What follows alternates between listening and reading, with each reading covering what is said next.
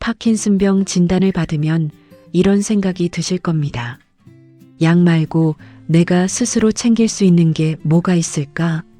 인터넷에 검색하면 영양제 광고가 쏟아집니다. 코엔자임 Q10이 좋다, 오메가3가 좋다, 강황이 좋다, 비타민 D가 좋다, 크레아틴이 좋다. 종류가 너무 많으니 도대체 뭘 믿어야 할지 모르겠죠. 오늘 이 영상에서는 헷갈리는 영양제 정보를 깔끔하게 정리해 드리겠습니다. 수백 명, 수천 명이 참여한 대규모 연구를 기준으로 진짜 효과가 있는 것, 아직 연구 중인 것, 그리고 돈 낭비라는 결론이 난 것.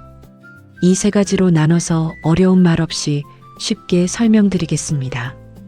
영상 끝까지 보시면 내일부터 뭘 사고 뭘 안 사야 할지 명확해집니다. 그리고 제가 추천하는 영양제 3가지는 더보기란과 고정 댓글에 링크를 올려놓겠습니다. 참고하세요. 먼저 첫 번째 그룹입니다. 드셔도 좋습니다. 연구에서 도움이 된다는 결과가 나온 것들입니다. 첫째, 오메가3입니다. 고등어, 삼치, 꽁치, 연어 같은 등푸른 생선에 많이 들어있는 기름 성분인데요. 우리 뇌세포의 바깥 껍질이 이 오메가3로 이루어져 있습니다. 그러니까 뇌 건강에 직접적으로 관련되는 영양소인 거예요. 여러 연구에서 파킨슨 환자가 오메가3를 꾸준히 먹었더니 뇌의 염증 수치가 줄어들었습니다. 몸속에서 세포를 공격하는 활성산소를 막아주는 능력도 올라갔고요. 일부 연구에서는 파킨슨 증상 점수 자체가 좋아진 경우도 있었습니다. 2026년 5월에 파킨슨병 전문 학술지에 나온 최신 논문에서도 오메가3를 유망한 영양제로 꼽았습니다. 이유는 오메가3가 염증, 활성산소, 세포 에너지 공장 문제, 이 3가지를 동시에 잡을 수 있는 몇 안 되는 영양소이기 때문입니다. 신경과 교수님들도 파킨슨 환자에게 가장 먼저 추천하는 영양제 중 하나가 오메가3입니다. 가격도 부담이 크지 않고 부작용도 거의 없어서 시작하기 좋습니다. 실천법을 말씀드리겠습니다. 가장 좋은 방법은 일주일에 등 푸른 생선을 2번 이상 드시는 겁니다. 고등어구이, 삼치구이, 꽁치조림 이런 반찬이면 됩니다. 생선을 잘 못 드시거나 비린 맛을 싫어하시면 오메가3 영양제로 대체하셔도 됩니다. 영양제를 고를 때 체크할 게 있습니다. 뒷면 성분표를 보시면 EPA와 DHA라는 숫자가 적혀 있을 겁니다. 이 2개를 합쳐서 하루에 1000mg 정도 드시면 충분합니다. 제품마다 한 알에 들어있는 양이 다르니까 꼭 뒷면을 확인하세요. 어떤 제품은 한 알에 300mg 밖에 안 들어있어서 하루 3알을 먹어야 할 수도 있고 어떤 제품은 한 알에 1000mg이 다 들어있기도 합니다. 형태는 아티지 형태를 고르시면 흡수율이 더 좋습니다. 제품 앞면에 아티지라고 적혀 있는 걸 고르시면 됩니다. 복용 시간은 식사 직후가 좋습니다. 오메가3는 기름 성분이라서 밥을 먹은 뒤에 함께 먹어야 몸에 잘 흡수됩니다. 빈속에 먹으면 비린 맛이 올라오기도 하고 흡수도 떨어집니다. 한 가지 주의할 점이 있습니다.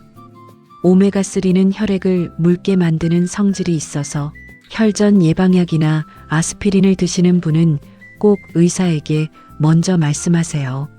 수술이 예정되어 있으면 2주 전에 중단하는 게 일반적입니다. 그리고 팁 하나. 오메가3를 비타민 E와 함께 먹으면 효과가 더 좋다는 연구가 있습니다. 따로 비타민 E 알약을 살 필요까진 없고요. 아몬드 5알이나 호두 2쪽 아니면 들기름 1숟가락이면 충분합니다. 이 음식들에 비타민 E가 풍부하니까 식사 때 견과류를 한 줌 곁들이시면 자연스럽게 함께 드시는 셈이 됩니다. 둘째, 비타민 D입니다. 햇빛을 받으면 피부에서 만들어지는 비타민인데요. 파킨슨 환자는 같은 나이의 건강한 사람보다 비타민 D 수치가 뚜렷하게 낮다는 연구가 20년 넘게 일관되게 나오고 있습니다. 왜 그러냐면 파킨슨 환자는 바깥 활동이 줄어들고 나이가 들면 피부에서 비타민 D를 만드는 능력 자체가 떨어지기 때문입니다. 비타민 D가 왜 중요하냐면요. 이 비타민이 부족하면 뼈가 약해져서 넘어질 때 골절 위험이 커지고 근력도 떨어집니다. 파킨슨 환자는 원래 균형이 불안정해서 넘어지기 쉬운데 비타민 D까지 부족하면 넘어질 확률이 더 올라가는 겁니다. 실제로 비타민 D가 부족한 파킨슨 환자가 낙상 빈도가 더 높다는 연구도 있습니다. 그뿐만이 아닙니다. 한 연구에서는 파킨슨 환자의 혈중 비타민 D 수치가 일정 수준 이상으로 올라갔을 때 18개 증상평가 항목 중에서 12개가 눈에 띄게 좋아졌다는 결과도 나왔습니다. 비타민 D가 뼈와 근육뿐만 아니라 뇌 신경 기능에도 영향을 준다는 뜻이죠. 신경과 교수님들도 파킨슨 환자에게 딱 하나만 추천하라면 비타민 D라고 말할 정도로 가장 기본적이면서도 중요한 영양제입니다. 실천법입니다. 하루 1000에서 2000 IU를 드시면 됩니다. IU라는 단위가 생소하실 수 있는데 약국이나 마트에서 파는 비타민 D 제품 대부분이 1000 IU 단위로 되어 있으니까 하루 한 알이나 두 알이면 됩니다. 가격도 한 달에 3,000원에서 5,000원 정도라 정말 부담이 없습니다. 비타민 D는 기름에 녹는 성질이 있어서 식사 직후에 드시는 게 가장 좋습니다. 오메가3와 같은 타이밍에 드시면 편합니다. 아침이든 점심이든 상관없는데 저녁보다는 아침이나 점심이 낫습니다. 일부 사람들에게 저녁에 먹으면 수면에 영향을 줄 수 있다는 보고가 있거든요. 그리고 중요한 팁 하나. 비타민 D는 혈액 검사로 내 수치를 확인한 다음에 먹는 게 가장 정확합니다. 다음 진료 때 의사에게 비타민 D 수치 한번 확인해 주세요라고 한마디만 하시면 됩니다. 혈중 농도가 30 이상이면 괜찮고 20 미만이면 부족한 상태입니다. 검사비도 비싸지 않으니 한 번쯤 확인해 보시는 걸 추천합니다. 셋째, 유산균입니다. 파킨슨 환자 10명 중 8명이 변비를 겪고 있습니다. 80%나 되는 거예요. 그런데 변비는 단순히 화장실 문제로 끝나는 게 아닙니다. 장이 막혀 있으면 파킨슨 약이 소장에서 제대로 흡수가 안 됩니다. 약을 먹었는데 어떤 날은 잘 듣고 어떤 날은 안 듣는 그 들쭉날쭉한 현상의 원인이 변비인 경우가 상당히 많습니다. 그래서 변비를 잡으면 약 효과가 안정됩니다. 식이섬유와 물이 기본이고 여기에 유산균을 함께 드시면 분명한 차이가 납니다. 연구를 보면요. 파킨슨 환자 120명을 반으로 나눠서 한쪽에는 유산균이 들어간 발효유를 4주간 먹이고 다른 쪽에는 가짜 약을 먹였습니다. 4주 뒤에 유산균 그룹의 배별량이 눈에 띄게 늘었습니다. 또 다른 연구에서는 72명의 파킨슨 환자에게 유산균을 4주간 먹였더니 스스로 화장실에 가는 횟수가 늘고 배변 시간이 규칙적으로 변했습니다. 2026년 최신 논문에서도 유산균을 파킨슨 환자에게 가장 유망한 영양 보조제 중 하나로 꼽았습니다. 여러 종류의 균이 섞인 다균주 제품이 한 종류만 들어간 제품보다 효과가 좋다는 분석도 나왔고요. 다만 주의할 점이 있습니다. 일부 유산균은 파킨슨 약의 핵심 성분인 레보도파를 분해시킬 수 있다는 보고가 있습니다. 아무 유산균이나 드시면 안 되고 반드시 담당 의사에게 제가 먹는 파킨슨 약과 이 유산균이 괜찮은지 확인하세요.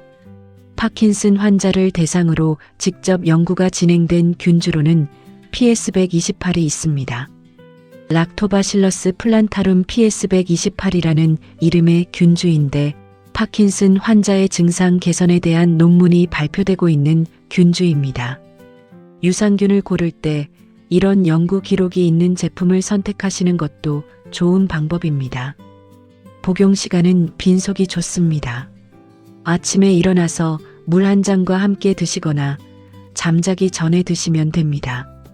위산이 적을 때 먹어야 균이 살아서 장까지 도달하니까요. 두 번째 그룹입니다. 아직 연구 중입니다. 가능성은 있는데 확정은 아닌 것들입니다. 첫째, 비타민 B3 계열 영양제입니다.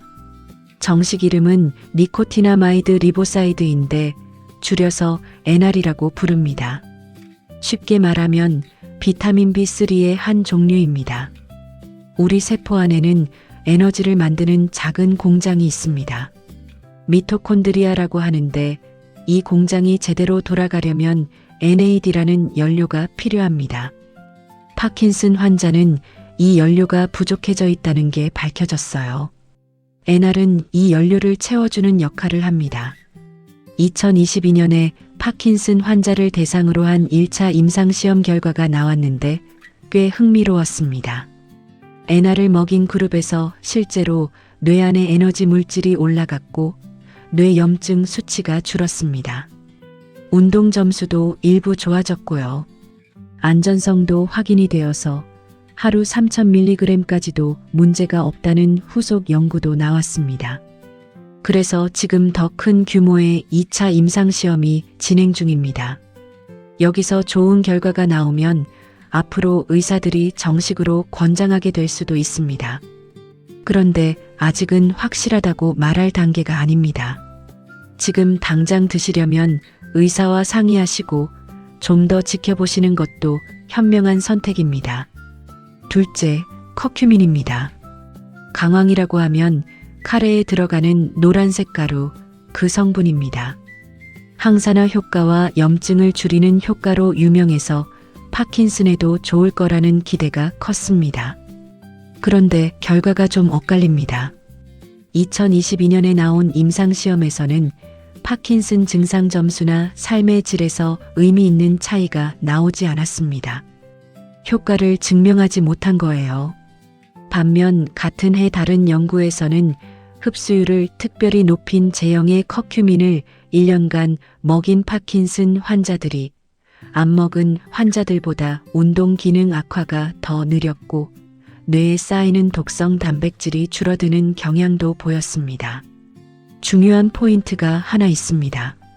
일반적인 강황 가루나 저렴한 커큐민 캡슐은 몸에 흡수가 거의 안 됩니다.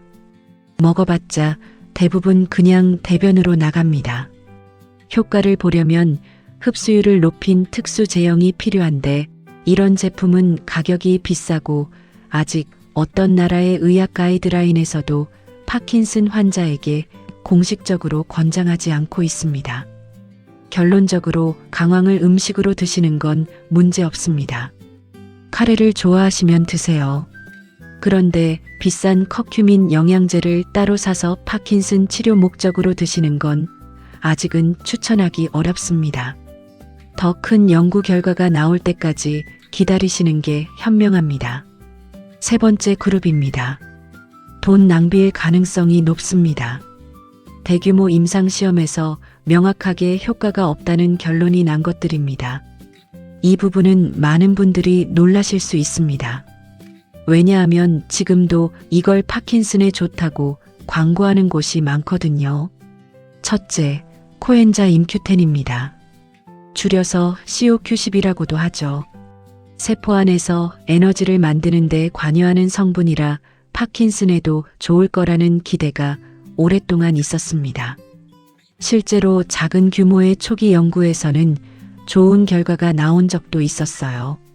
그래서 많은 분들이 아직도 드시고 계십니다. 그런데 2014년에 결정적인 연구가 나왔습니다. 미국 67개 병원이 함께 참여한 대규모 3상 임상시험이었습니다.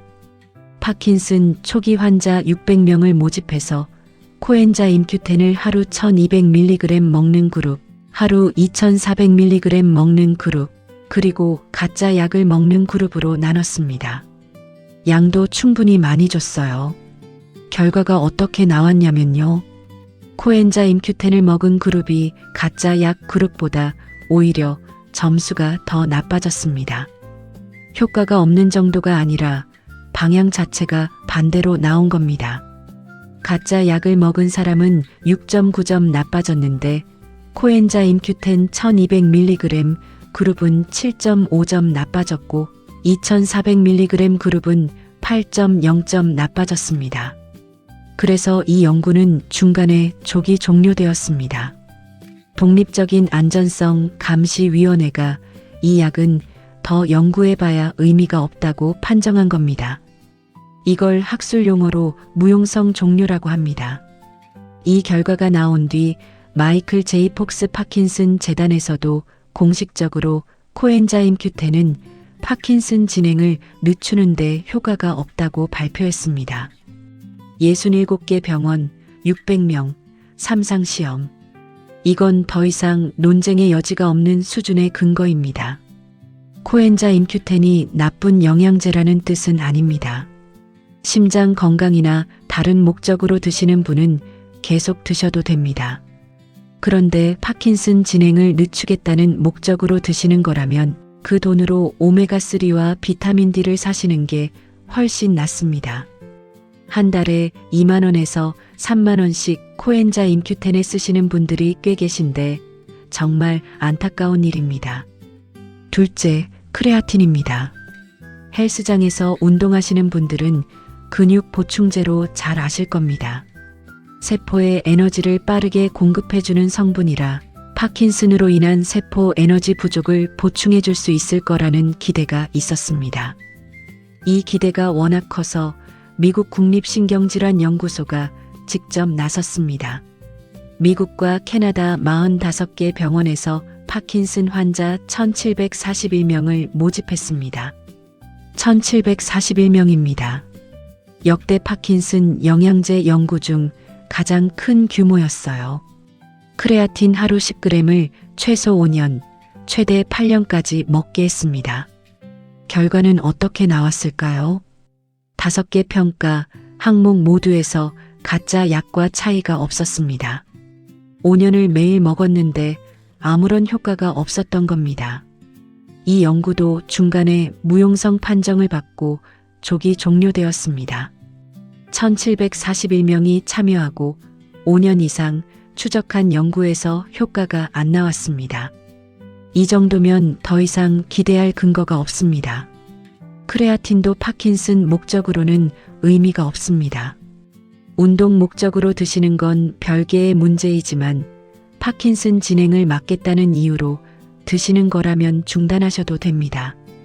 자, 이제 전체를 한눈에 정리해 드리겠습니다. 드셔도 좋은 것, 오메가3, 비타민 D, 유산균. 이 세 가지는 연구에서 도움이 된다는 근거가 있고 신경과 전문의들도 추천합니다. 가격도 부담이 크지 않고 부작용 위험도 낮습니다.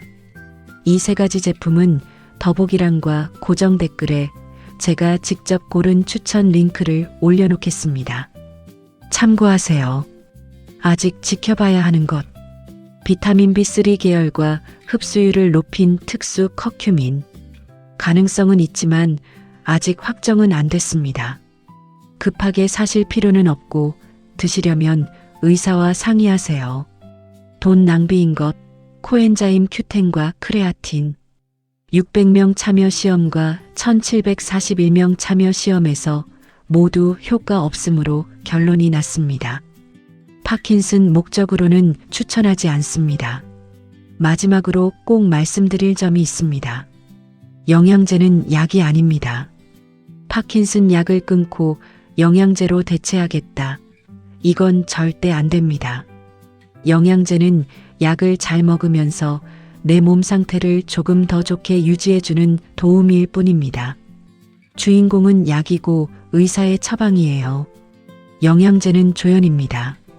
그리고 어떤 영양제든 새로 시작할 때는 반드시 담당 의사에게 한마디 하세요. 파킨슨 약과 궁합이 안 맞는 영양제가 있을 수 있고 다른 약과 겹치면 문제가 생길 수도 있으니까요. 이거 먹어도 될까요? 이 한마디면 됩니다.